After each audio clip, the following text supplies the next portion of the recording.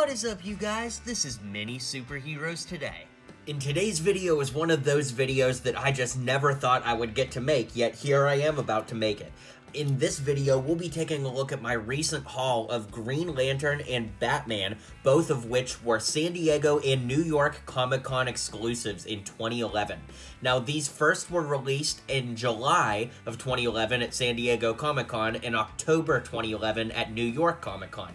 And each of them came with this little backing card, basically talking about commemorating the fact that there would be a new line of LEGO DC superhero sets coming out in the winter wave of 2012. So, it's really interesting because, of course, there was a Batman wave in, like, the 2008 era, and then Spider-Man sets way back in the early 2000s, but those were the only two official LEGO superheroes ever created. So, interestingly, this Green Lantern is among the first ever DC superheroes to be created that wasn't Batman himself. So, that's really cool.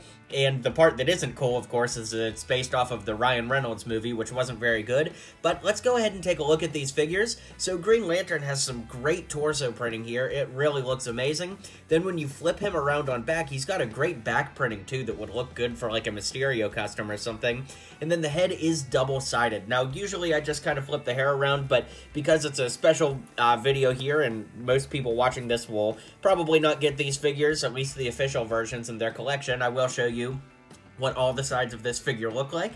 So Green Lantern is just a really, really great look. Although it's from a pretty forgettable movie, it's still cool to add that to my collection considering how rare it is. And speaking of rarity, I don't really know that it was ever announced how many or how few of these were created. Probably only a few thousand, but if anybody knows that statistic, let me know.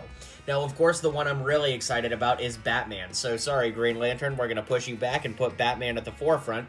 This figure is awesome. And like I said, this came out in 2011, so this was after the first Dark Knight movie, but before Dark Knight Rises. So, that's pretty cool.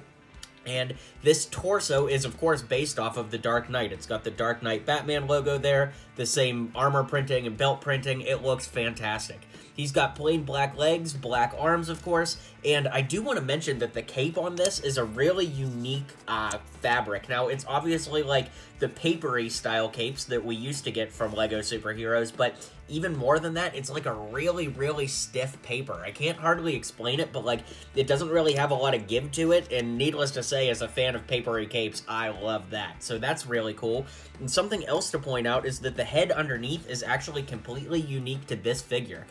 Most of the old Batmans have like just a white band with no black around it there. This, of course, has the black around that white band. And then the face and the mouth printing is completely unique to this figure. Now, maybe it was used on other Batman Comic-Con customs, or I mean exclusives. No printing on the back, but yeah, this is something that's completely unique. So it does use the old-style Batman cowl, which is super nostalgic, and these figures look amazing. So drop a comment below and let me know what you think of these. Just for full clarity, I got these off of a seller on eBay, and they didn't come with those Comic-Con cards that you saw at the beginning, so, you know, it was just for the figures, but I paid about $200 for both of these, which is still a really, really good deal considering how rare they are, and that it really fills a void in my collection, not to mention that these are the first Comic-Con exclusives that I own. So, I'm very, very excited about having these. They're definitely going to go in a special part of my collection, and I'm really, really excited. Let me know which one you like better. Let me know if you guys would pay $200 for these. Hit like and subscribe, and I'll see you guys on the next video. If you liked what you saw and you liked what you heard, feel free to click that subscribe button for more LEGO content coming in the near future. So, thanks for tuning in to today's video, and until next time, build on.